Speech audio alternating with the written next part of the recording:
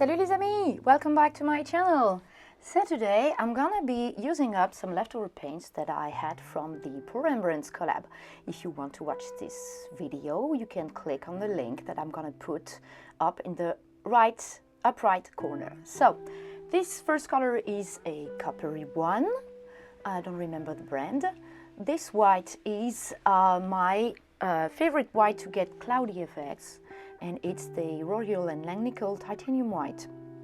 Next to that, I put my custom-made olive green, metallic olive green, and I really love this color. Then I think I used it's a red oxide. I don't remember the brand. I think it's a French one.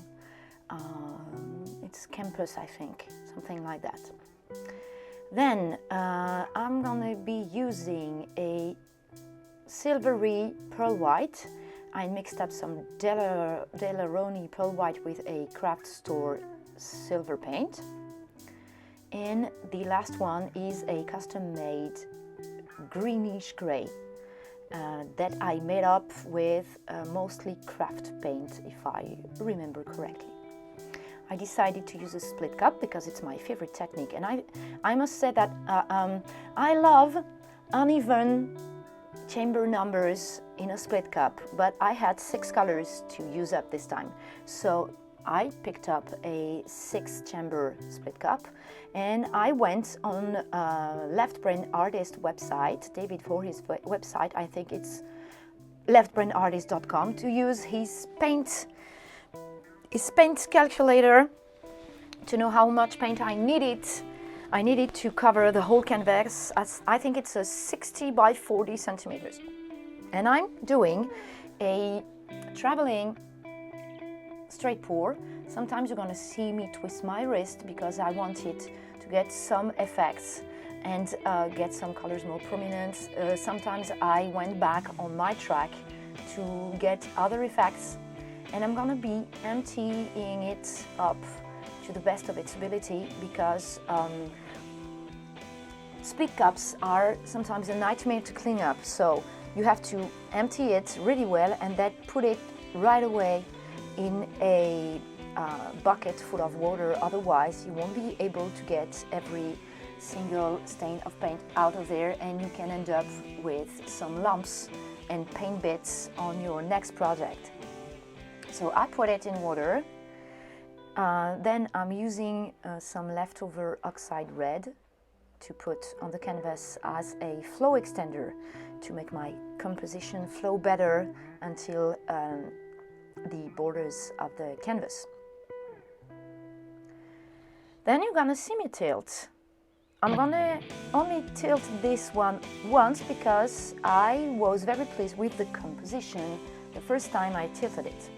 And you can see me torch. It's the first torching I did, and the tilting process is very, very slow. My paints are thick and I want the composition to be exactly as I want it to, so I tilt slow, but this video has been sped up ×4 or ×8, so imagine how slow I tilted.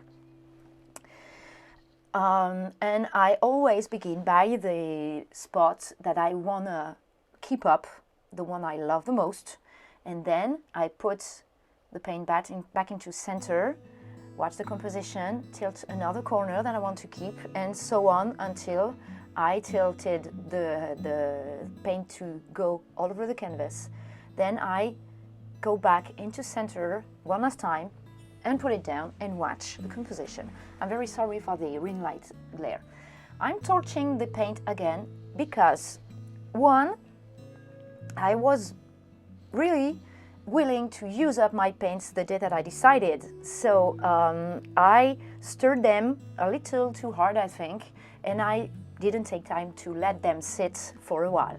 And the other reason that I torch several times is because it makes the goops and lumps more visible, and since I was in such a hurry, I didn't take the time to filter my paints, so there are a lot of goobers and dirty things, and On this one, I didn't manage to put everything out, but I managed to keep my composition. And know this, even if you use a very small tweezer, you take the risk of ruining some parts of your composition just by picking up lumps, or just by having the lumps fall back down on the paint on the same spot or another one, and ruin the whole thing. So this one I wanted to keep for myself, so it was no bother, but sometimes I had to repour a whole paint,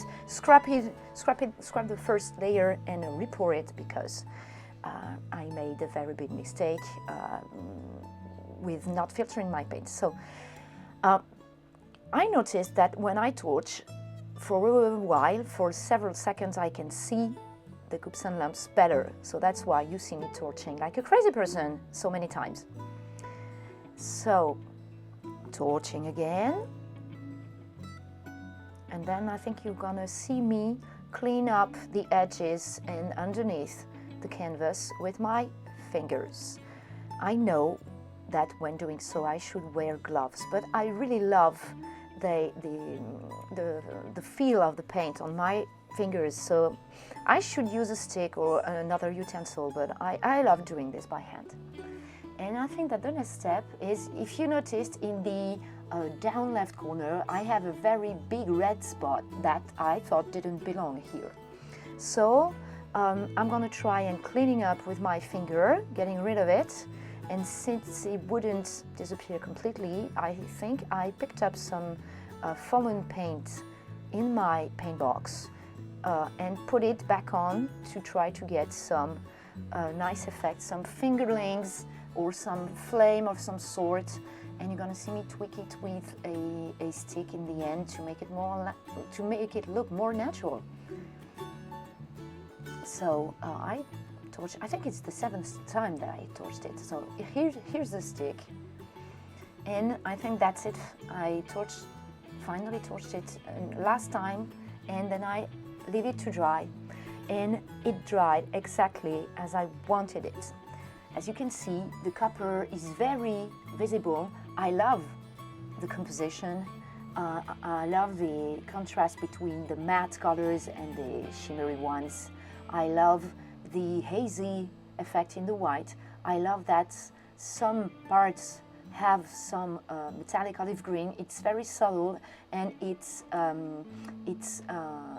makes the white pop even more.